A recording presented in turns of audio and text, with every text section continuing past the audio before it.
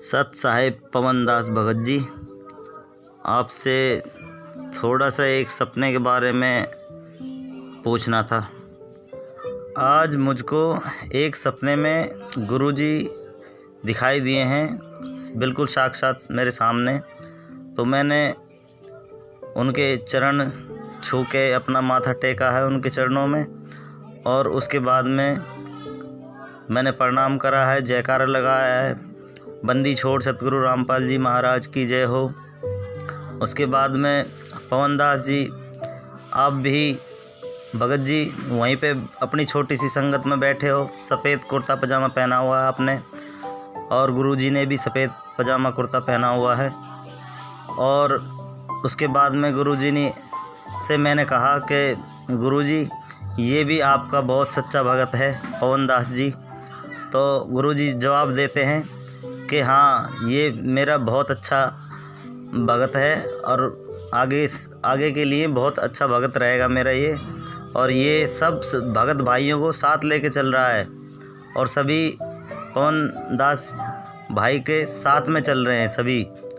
तो गुरुजी यही बात कह रहे हैं कि इसको पहले कुछ नहीं पता था, अब इसको हर चीज़ के बारे में पता लग गया है। तो उसमें मैं भी कह रहा हूँ कि हाँ भगत जी, इन्होंने सभी भगत भाइयों की आंखें खोली हैं। जो भी गलतियां करते थे उनके बारे में बताया है भगत जी ने इन्होंने। उसके बाद में जो है मैंने एक जयकारा लगाया है, बंदी छोड़ कबीर साहिब की जय। तो उसमें सभी भाई भगत भाई बोल रहे हैं जय। और उसके बाद में मैंने गुरुजी से कही कि गुरुजी मैं अपने भाई के लिए एक जयकारा लगा सकता हूँ। तो गुरुजी ने बोले हाँ हाँ, भाई भाइयों के लिए भी जयकारा लगा सकते हो। तो मैंने कहा है पवन दास भगत जी की जय हो। तो सभी ने जय करी है। गुरुजी प्रसन्न दिख रहे थे आपको देख के। उसके बाद में मैं आपसे गले भी मिला हूँ, आप बैठे हुए थे, बैठे बैठे मैं गले मिला हूँ आपके। उसके बाद में मैंने अपनी गलती की क्षमा मांगी, क्योंकि मैं नादान, मेरे को कुछ नहीं पता था इसके बारे में, भक्ति के बारे में। और ना ही मैं कोई ज़्यादा ये लॉकडाउन में मैंने सत्संग सुने थे बस गुरुजी के। उसके बाद में काम करने लग गया, ऑटो चलाता हूँ मैं। उसके बाद में सत्संग तो सुन ही नहीं पाया बिल्कुल भी। तो वही मेरे बस सुबह आरती चला ली, दोपहर में और शाम को, और सतनाम भी मिल चुका था। आप ये सतनाम लेने के बाद में मेरी आपने आंखें खोली हैं कि ऐसे ऐसे नहीं करना है, तो वो सब चीज़ समझ में आ गया। और आपका फेसबुक पे भी मैंने लाइक वगैरह कर रखे हैं। और मैं अब ज़्यादातर जाता नहीं हूँ वहाँ पे, और जहाँ पे नाम केंद्र सेंटर पे नहीं जाता बिल्कुल भी। पहले जाता था, एक दो बार गलतियाँ कर दी थी मैंने तो गया था। उसके बाद में जब से आपकी वीडियो सुनी है उसके बाद में मैं कभी भी नहीं गया, अब घर पे ही हूँ। और अभी भी मेरे से एक दो बार गलती हुई है, तो मैंने सिर्फ यही अपने परमात्मा से यही कहा है कि हे गुरुजी, आप मेरे को मेरी जो भी ये गंदी आदतें हैं ये आप छुड़वा दें और आप मेरे को दर्शन दें, तभी शायद मैं छोड़ पाऊँगा। इस मन रूपी काल रूपी मन है मेरा, इसने मेरे को बहुत मतलब फंसा रखा है इसने। कभी क्या मन करता है, कभी क्या। तो अब मेरा दिमाग बिल्कुल खुल गया है, मेरे परमात्मा मेरे को दर्शन दे दिए हैं और चरण भी स्पर्श करे हैं मैंने गुरुजी के। और मैं बहुत बहुत अपने आप को धन्यवाद कह रहा हूँ कि हाँ, मेरे को परमात्मा ने दर्शन दिए हैं। आज मैंने हो गए कम से कम 8 महीने मेरे को भक्ति करते हुए, पर बीच में छोड़ देता था और वही काल रूपी मन हो जाता था मेरा। अब मैंने एकदम दृढ़ता पकड़ ली है एकदम कि अब आगे से कोई गलती नहीं करूँगा और भक्ति लगातार रेगुलर करता रहूँगा। अब पहले मेरे को नादान था, नादानी कर बैठा कई बार, तो उसके लिए मैंने प्रार्थना कर रखी है गुरुजी से ही क्षमा मांगी है मैंने। जब से आपकी वीडियो सुनी है तब से ही मैं गुरुजी के चरणों में ही, और अपना धर्म जो है हमने ख़त्म कर दिया है। बस अब एक ही परमात्मा हमारे गुरुजी महाराज, बस इसके अलावा और कोई भी नहीं। यही मैं अपने बच्चों को नाम दीक्षा दिला रखी है, दोनों लड़कों को, तीसरा भी छोटा है, और घरवाली को भी दिला रखी, उसने भी छोड़ दी थी भक्ति। अब उसके भी मन में आ रही है कि हाँ करूँ कि नहीं करूँ, पर उसके करेगी, सब परमात्मा ठीक कर देंगे।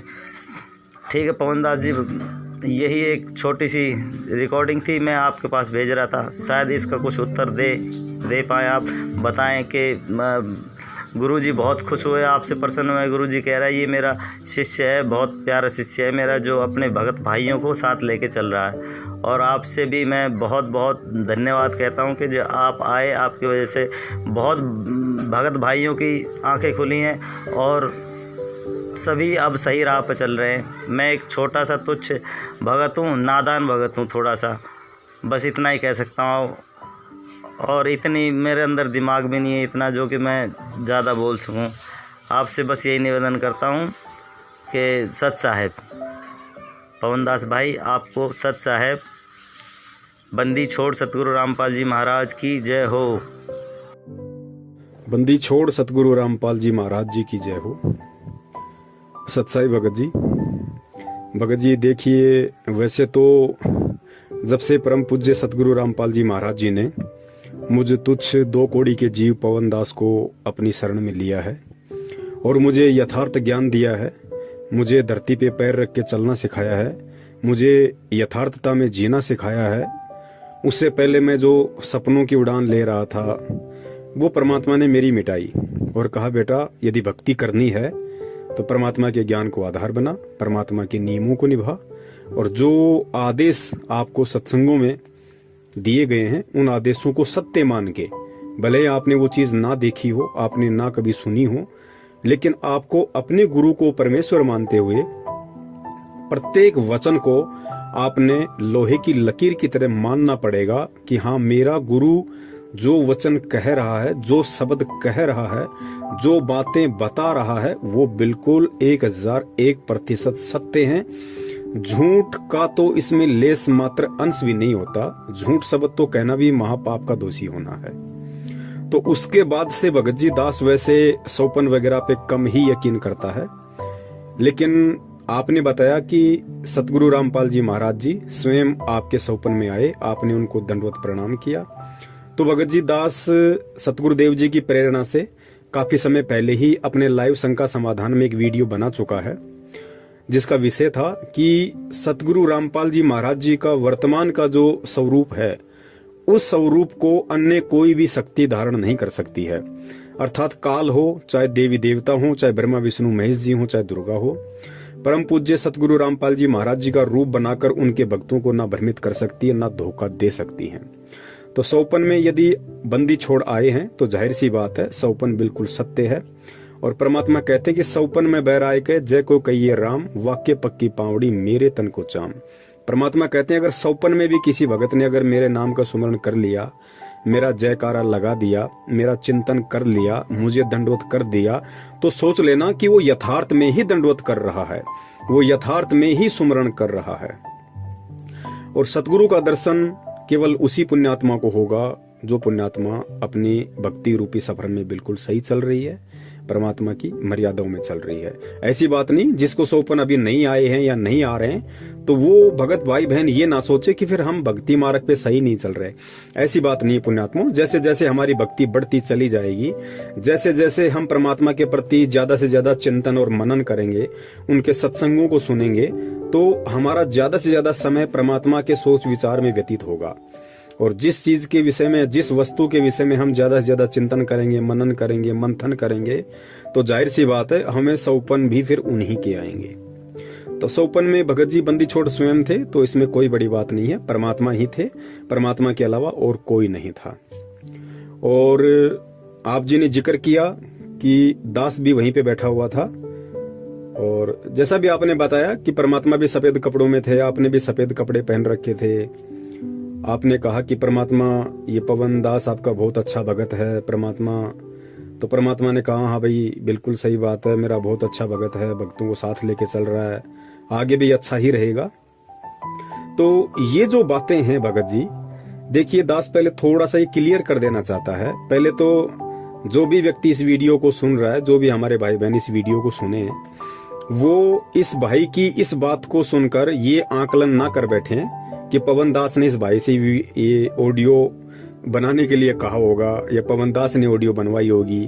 पुण्यात्माओं, ये परमपिता परमेश्वर सतगुरु रामपाल जी महाराज जी की सत भक्ति है, और इस भक्ति मार्ग में जिस भी व्यक्ति ने 1% भी अपने अंदर मान बड़ाई पैदा कर ली, अहंकार पैदा कर लिया, अपने आप को ऊंचा चढ़ाने के लिए, ऊंचा दिखाने के लिए यदि उसके मन में इस तरह के भाव आ गए, पुण्यात्मा, उसी दिन से उस भगत का पतन शुरू हो जाएगा।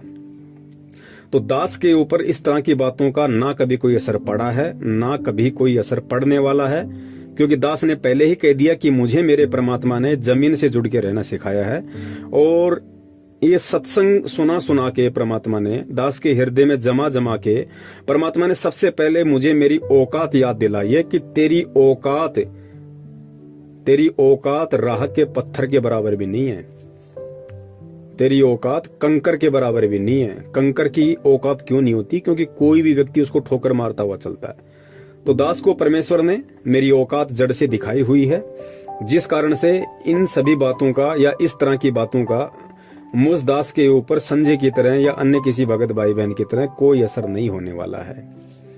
और ना मैं इन बातों से ज्यादा मैं प्रसन्न होता हूं, और ना ही ऐसी बातें सुन के कि भाई मुझे भक्ति पे बहुत ज्यादा मुझे दृढ़ता आती है। नहीं पुण्यात्मा, भक्ति पे दृढ़ता आएगी परमात्मा के सत्संग सुनकर, ज्ञान को आधार बनाने से। सौपन में कही गई बातों से या किसी की मीठी मीठी बातों से भक्ति पे दृढ़ता यदि किसी में आती है, वो भी अच्छी बात है, लेकिन वो दृढ़ता उसके लिए खतरनाक साबित हो जाएगी। और जो सत्संग सुन के ज्ञान आधार से अपने आप को मरा हुआ समझ के जो इस भक्ति मार्ग पे दृढ़ता लाएगा, वही इस भक्ति मार्ग पे अंततः परमात्मा की उंगली पकड़ के चल पाएगा, अन्यथा संभव नहीं है। पुण्यात्मो, दास में इसका जरा सा भी श्रेय नहीं है। देखिए, आज अगर परमेश्वर ने दास को थोड़ी बहुत कोई सेवा दे रखी है, संगत को जगाने की या शंका समाधान की, भगत भाइयों को काल के प्रभाव से सचेत करने की कि वे किस किस प्रकार से काल हमारे को ठगता है, हमारी भक्ति को ठगता है, किन किन सूक्ष्म विधियों से काल परमात्मा से भगत को तोड़ने की पूरी कोशिश करता है और वर्तमान में कर भी रहा है। खुलासा भी परमात्मा ने बहुत सारा करवाया। तो ये सारी बातें यदि दास के समझ में आ रही हैं, तो पुण्यात्मा, इसमें दास का 0% भी श्रेय नहीं है। और वैसे भी भगत ने बताया वो बात बिल्कुल सत्य है, 1% भी झूठ नहीं है। भगत ने जब परमेश्वर से कहा कि मालिक, आपका जो बच्चा है पवन दास हमारी सारी संगत को जगा रहा है, तो परमात्मा ने कहा कि बेटा, पहले इसको कुछ भी नहीं पता था, लेकिन अब इसको सब कुछ मालूम पड़ गया। पुण्यात्मा, ये बात तो बिल्कुल 101% सत्य है। आज से लगभग 3-4 साल से दास सच्चाई का खुलासा संगत में कर रहा है, लेकिन ये जो शंका समाधान वाली जो शंका समाधान वाली जो सेवा परमेश्वर ने दास को पिछले 2-3 महीनों से सौंपी है प्रेरणा करके, पुण्यात्मा, इसके विषय में दास को ज्यादा नॉलेज नहीं थी बिल्कुल भी। और ना दास के मन में कभी ये विचार आया था कि इस तरह से मैं अपने भगत भाइयों की शंकाओं का निवारण करूं। कभी भी दास के अंदर ये विचार नहीं आया था, और ना ही दास में वो बुद्धि थी आज से 3-4 महीने पहले। ये हकीकत है। ठीक है, बरवाला कांड में मैं स्वयं वहां पे था, और बरवाला कांड के विषय में बहुत सारे सबूत मीडिया के माध्यम से, न्यूज़पेपरों के माध्यम से, भगत भाइयों के माध्यम से, और मैंने अपनी आंखों से जो वहां देखा बरवाला कांड के समय, उस आधार से दास बरवाला कांड का खुलासा कर रहा था कि भाई ऐसी ऐसी घटना है। और गुरुजी ने इन बातों के विषय में कभी नहीं कहा। मैनेजमेंट हमारे को जबरदस्ती इस तरीके से बहका रहा है, फुसला रहा है, और हमारे को काल की हद में लेके जा रहा है। और गुरुजी का इसमें किसी प्रकार का कोई दोष नहीं है, ना किसी प्रकार का कोई रोल है। तो उन चीजों के तो सारे सबूत परमात्मा ने दिए हुए थे, इसलिए दास बरवाला कांड को लेके भगत भाइयों को सचेत कर रहा था। लेकिन शंका समाधान की सेवा परमेश्वर दास को देंगे, ये आज से 3 महीने पहले दास को सौपन में भी ऐसा नहीं था। जो मधु बहन है और जयपुर से अपने कजोड़ भगत जी हैं, उनका दास के पास में कॉल आया और उन्होंने दास को ये सलाह दी। दास से पहले परमात्मा ने उन आत्माओं में ये प्रेरणा की। उन आत्माओं ने फिर दास को फोन किया। हम 3-4 कॉन्फ्रेंस पे थे। उन्होंने कहा कि भगत जी, हमारे को ऐसी प्रेरणा हो रही है कि परमात्मा अगर दया करें तो हम लोग फेसबुक पे लाइव आना शुरू करें, क्योंकि फेसबुक एक इंटरनेशनल प्लेटफॉर्म है, लाखों लोग जुड़े हुए हैं। और फेसबुक पे मैनेजमेंट ना भक्तों को डरा सकता है, ना धमका सकता है, और ना ही किसी को मालूम पड़ेगा कि कौन भगत फेसबुक पे पवन दास को देख रहा है, कौन नहीं देख रहा है। तो आप फेसबुक पे लाइव आना शुरू कीजिए, और जो भगत समाज की शंकाएं हैं आप उनको धीरे धीरे सोल्व करना शुरू कीजिए, परमेश्वर के ज्ञान आधार से, उनके आशीर्वाद से। तो दास को भी ये बात बिल्कुल सही लगी, उचित लगी। और दास ने कहा, ठीक है भाई, यदि आप लोग कह रहे हैं और यदि परमात्मा की ऐसी मर्जी होगी तो दास भी अपने बंदी छोड़ से अरदास करेगा, और यदि दास को परमात्मा प्रेरणा करेंगे तो अवश्य हम सभी मिलके इस सेवा को करेंगे। उसके बाद दास ने परमात्मा से प्रार्थना की अपने घर पे, तो परमात्मा ने ही दास को प्रेरणा की। प्रेरणा का मतलब ये नहीं होता पुण्यात्माओं कि भाई गुरुजी ने सामने आके दास को कहा कि हाँ बेटा आप ये सेवा करो, नहीं। प्रेरणा का मतलब होता है आत्मा, क्योंकि सतगुरु का तत्व ज्ञान जब जिस भी आत्मा को, जो आत्मा ग्रहण कर लेती है और जो आत्मा मर्यादा में रहती है और गुरु को भगवान मान लेती है, उसके बाद में प्रेरणा का मतलब होता है गुरु का आदेश। प्रेरणा का मतलब होता है गुरु का आदेश। वो जो भगत मर्यादा में है, जो गुरु को भगवान मान चुका है, जो गुरु को आदि से अंत मान चुका है, गुरु जी को पहले, गुरु जी को अपना अंतिम सहारा मान चुका होता है, जिसका ऊपर नीचे आगे पीछे चारों दिशाओं में सब कुछ उसका गुरु है। उसके माँ से बढ़ के उसके लिए उसका गुरु है, बाप से बढ़ के उसका गुरु है, भाई बहन रिश्तेदार बेटा बेटी काम धंधों से बढ़ के जिसने अपने गुरु को बड़ा मान लिया, उस भगत को फिर जो भी प्रेरणा होगी वो सत्य ही प्रेरणा होगी। उसमें काल का कहीं कोई झकझोल नहीं होता है, वो परमात्मा का आदेश ही मान लेना चाहिए, जो मर्यादाओं में है और जो गुरु को भगवान मान चुका। ये विशेष पॉइंट ध्यान रखना, जो अपने गुरु को भगवान मान चुका है वो कभी फिर किसी मर्यादा को तोड़ेगा ही नहीं। उसको परमात्मा ऐसे चलाएंगे जैसे एक वैज्ञानिक रोबोट को चलाता है, क्योंकि रोबोट की अपनी कोई औकात नहीं होती है। रोबोट का जो रिमोट होता है वो वैज्ञानिक के हाथ में होता है। जैसा वैज्ञानिक उसको फंक्शन करेगा वैसा ही वो चलेगा। तो इसी प्रकार जब भगत रोबोट बन जाएगा, अपना रिमोट अपने सतगुरु के हाथ में सौंप देगा, उसको किसी कबीर जी से मतलब नहीं है, फिर उसको सतलोक से मतलब नहीं है, उसको भगवान से मतलब नहीं है, सतलोक है या नहीं है उसको कोई मतलब नहीं है। सतगुरु उसको सारनाम देगा या नहीं देगा, उसको इसी जन्म में सतलोक भेजेगा या नहीं भेजेगा, उस भगत के लिए ये बातें कोई महत्व नहीं रखती है। उसने केवल अपने गुरु के ज्ञान की पूंछ पकड़ ली है और उसने अपने गुरु को ही अपना सर्वे सर्वा मान लिया है।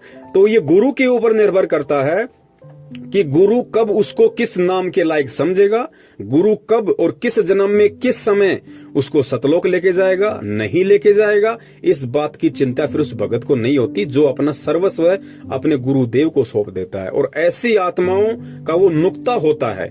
और गुरुदेव कहते हैं कि नुक्ते ऊपर रिझे गारे तेरे करोड़ कर्म जल जाएं। यानी ऐसा नुक्ता, ऐसी कोई तेरा कर्म, ऐसा कोई तेरा पुण्य, ऐसी कोई तेरी सेवा जो तेरा नुक्ता बन जाए।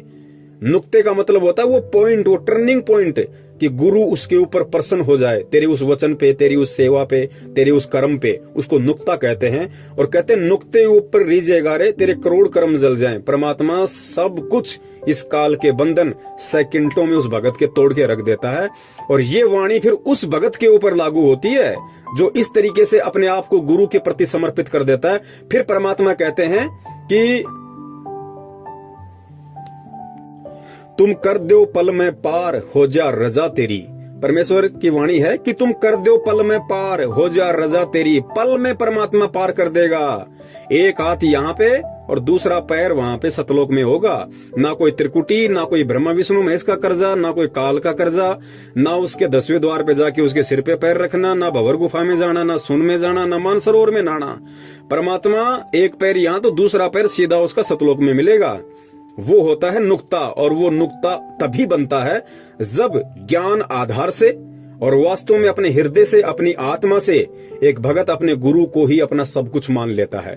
गुरु से बढ़कर ना उसके लिए भगवान है, ना या संसार का कोई प्राणी है, कुछ नहीं, बस सब कुछ गुरु। तो फिर परमात्मा उस आत्मा के सारे बंधन तोड़ देता है।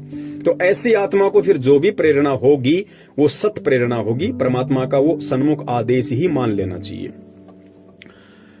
तो पुण्यात्माओं, जो भी भाई ने कहा है वो बातें बिल्कुल सही हैं। दास को आज से पहले बिल्कुल भी नॉलेज नहीं थी शंका समाधान के विषय में, और ना ही दास के मन में 1%। दास अपने सतगुरुदेव जी की चरणों की सौगंध खा के कहता है कि दास को शंका समाधान का जो प्रोग्राम जब से चला है आज से 2.5-3 महीने पहले से, उससे पहले दास के दिलो दिमाग में भी नहीं थी कि आगे चल के दास शंका समाधान के लिए भी निमित्त बनेगा। बिल्कुल जैसे ही मधु बहन का फोन आया, कजोड़ भाई का फोन आया, उन्होंने दास को अवगत करवाया, तो दास ने परमात्मा से प्रार्थना की और परमात्मा ने फिर दास को प्रेरणा की कि हाँ बेटा, बिल्कुल ये आपकी सेवा बनती है भाई, ये आपकी जिम्मेदारी है, ये आप ही के भगत भाई बहन है, किसी और के नहीं है। चाहे मैनेजमेंट के पीछे फंसे हों या चाहे वैसे मनमुखी होके चल रहे हों, ये सब आपके ही भाई बहन हैं। और जो समझदार भाई होता है, जो बड़ा होता है, उसकी जिम्मेदारी बनती है, उसका उत्तरदायित्व बनता है कि वो अपने छोटे भाई बहनों को सही राह दिखाए, यदि उसको पता है तो। इस आधार से दास फिर इस शंका समाधान वाले प्रोग्राम में आना शुरू हुआ। और पुण्यात्माओं, मान बढ़ाई और अहंकार का इस भक्ति मार्ग में लेस मात्र भी स्थान नहीं है।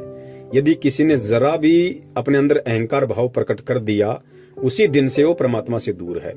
और दास बार बार कहता है कि जैसे बहुत सारे भगत भाई कहते हैं कि पवन भगत जी, आप पे तो परमात्मा की विशेष दया है, आप परमात्मा की विशेष पुण्य आत्मा हो। ठीक है, उस भगत भाई के ऐसे विचार हो सकते हैं, ऐसे विचार आने में कोई दोष नहीं है।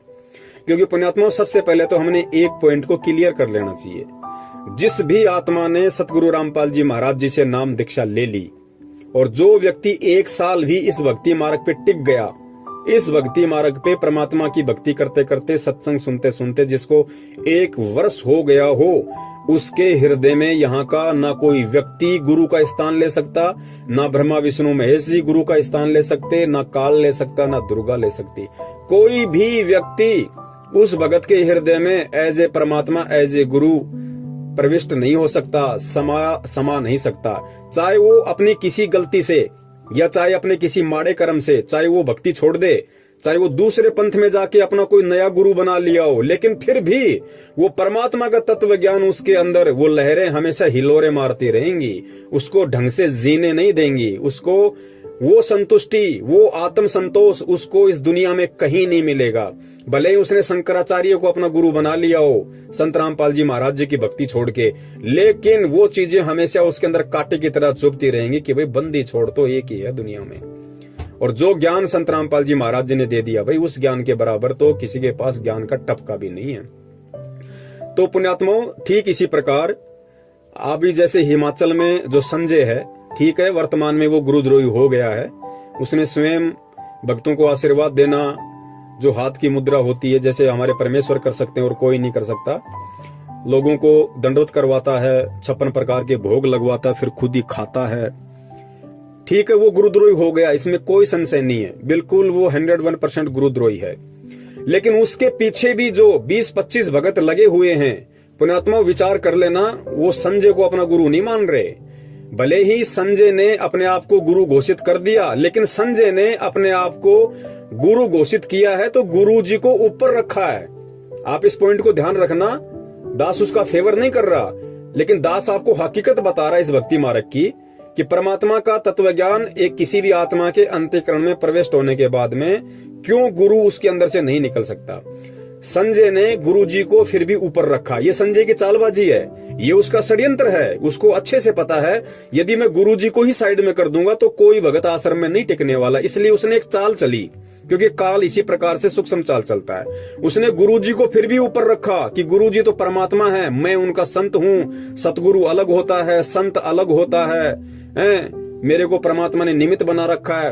वो अपनी फोटो के ऊपर गुरु जी की फोटो लगाता ताकि वो आत्माएं भ्रमित होके और मेरे पीछे लगी रहें। भले ही वो आत्माएं, चाहे वो 20 भगत हों चाहे 25 भगत हों, भले ही वो दंडवत संजय को करते हैं, लेकिन उनके हृदय से गुरुजी निकल नहीं रहे।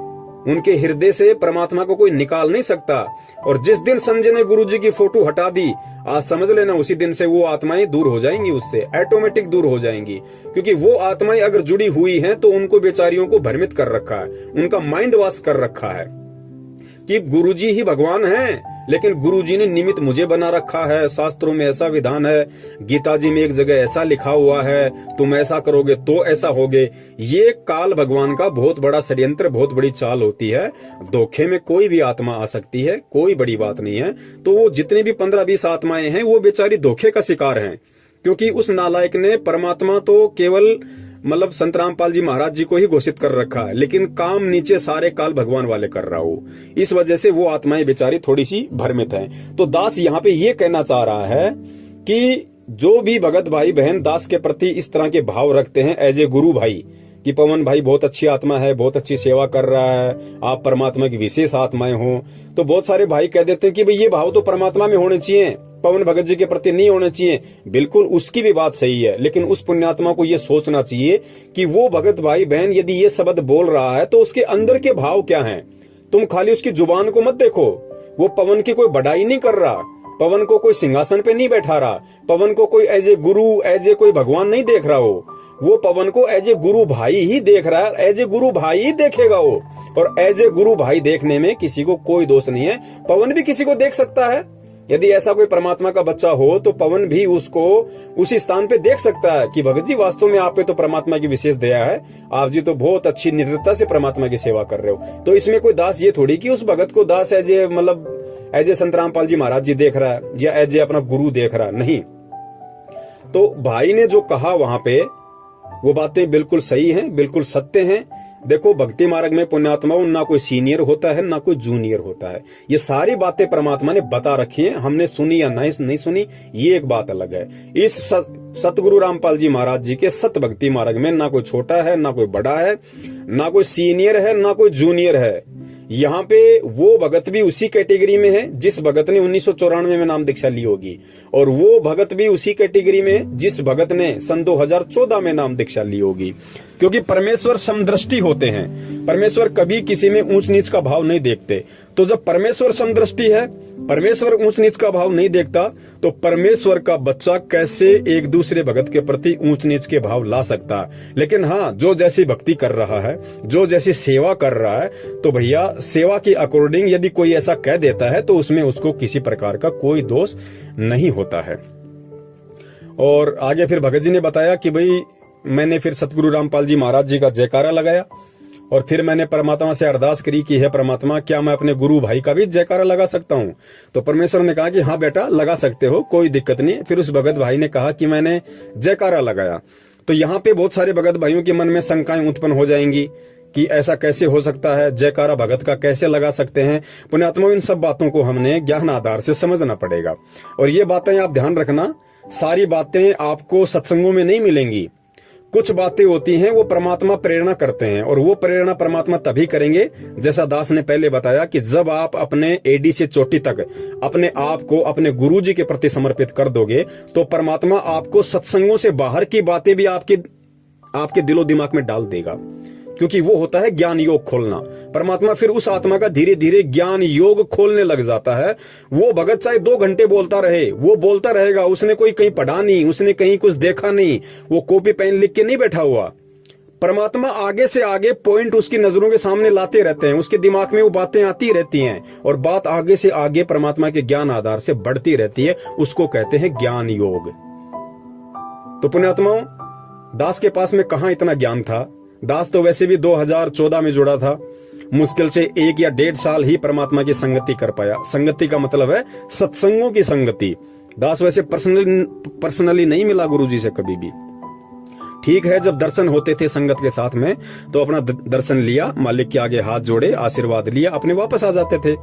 दास कभी भी अंदर नहीं गया एक बार भी गुरुजी के पास में, और ना ही दास ने कभी 2 मिनट गुरुजी से बात की होगी कि गुरुजी क्या है क्या नहीं है। कभी मौका ही नहीं मिला, हमें कोई जाने ही नहीं देता था अंदर।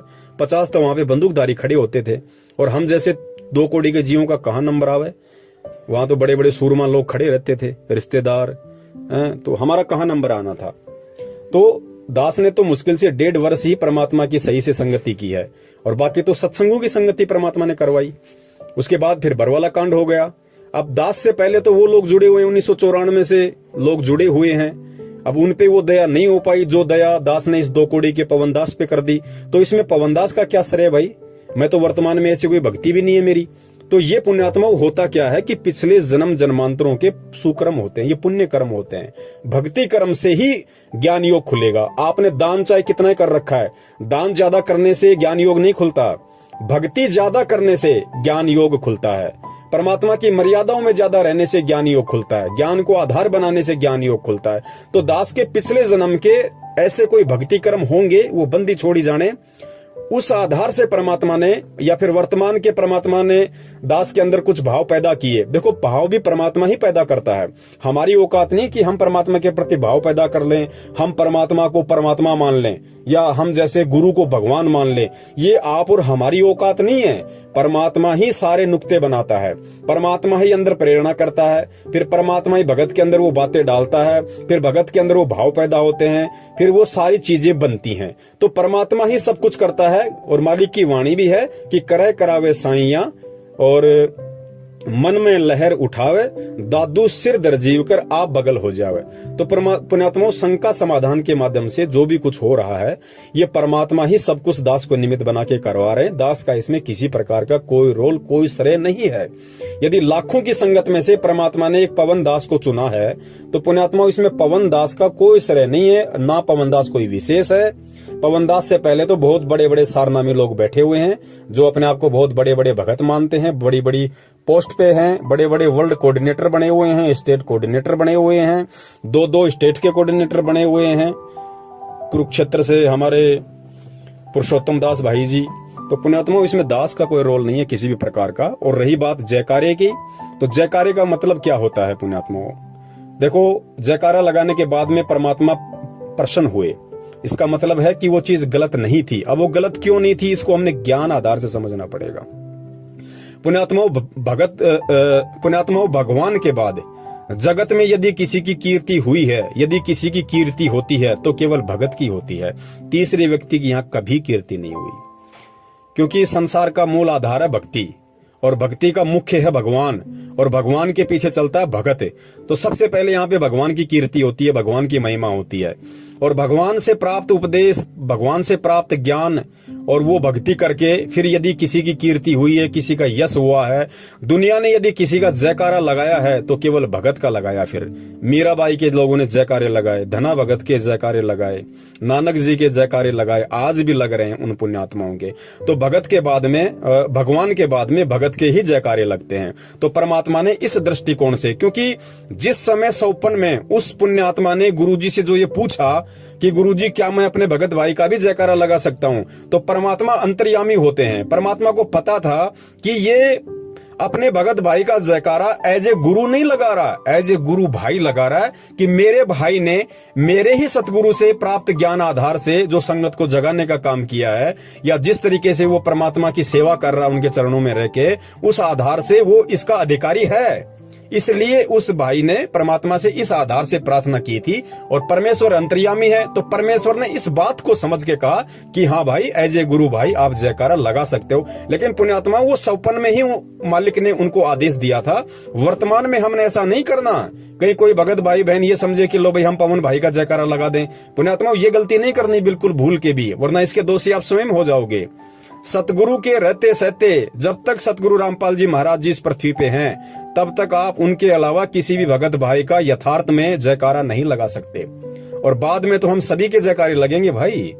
जो आज सतसेवक बन के परमात्मा की सत भक्ति मार्ग पे डटे हुए हैं, गुरु के ज्ञान को आधार बना के स्वयं चल रहे हैं, दूसरे भाइयों को चलने की सलाह दे रहे हैं। पुण्यात्माओं, जब हमारा यहाँ से शरीर छूट जाएगा उसके बाद हमें मतलब ही नहीं चाहे हमारा जयकारा लगे या ना लगे, लेकिन पुण्यात्माओं जयकारा लगेगा आने वाली पुण्यात्माओं के लिए, उनको उदाहरण पेश करने के लिए कि वो जैसे भगत थे, जैसा वो कर गए, उस तरीके से तुम करोगे तो तुम्हारा बेड़ा पार होगा। जैसे आज गुरुजी नानक जी के विषय में बताते हैं, धर्मदास जी के विषय में बताते हैं, अपने आप को छुपाते हुए गरीबदास जी महाराज जी के विषय में बताते हैं, दादू जी के विषय में बताते हैं, मीरा के विषय में बताते हैं, धना भगत के विषय में बताते हैं।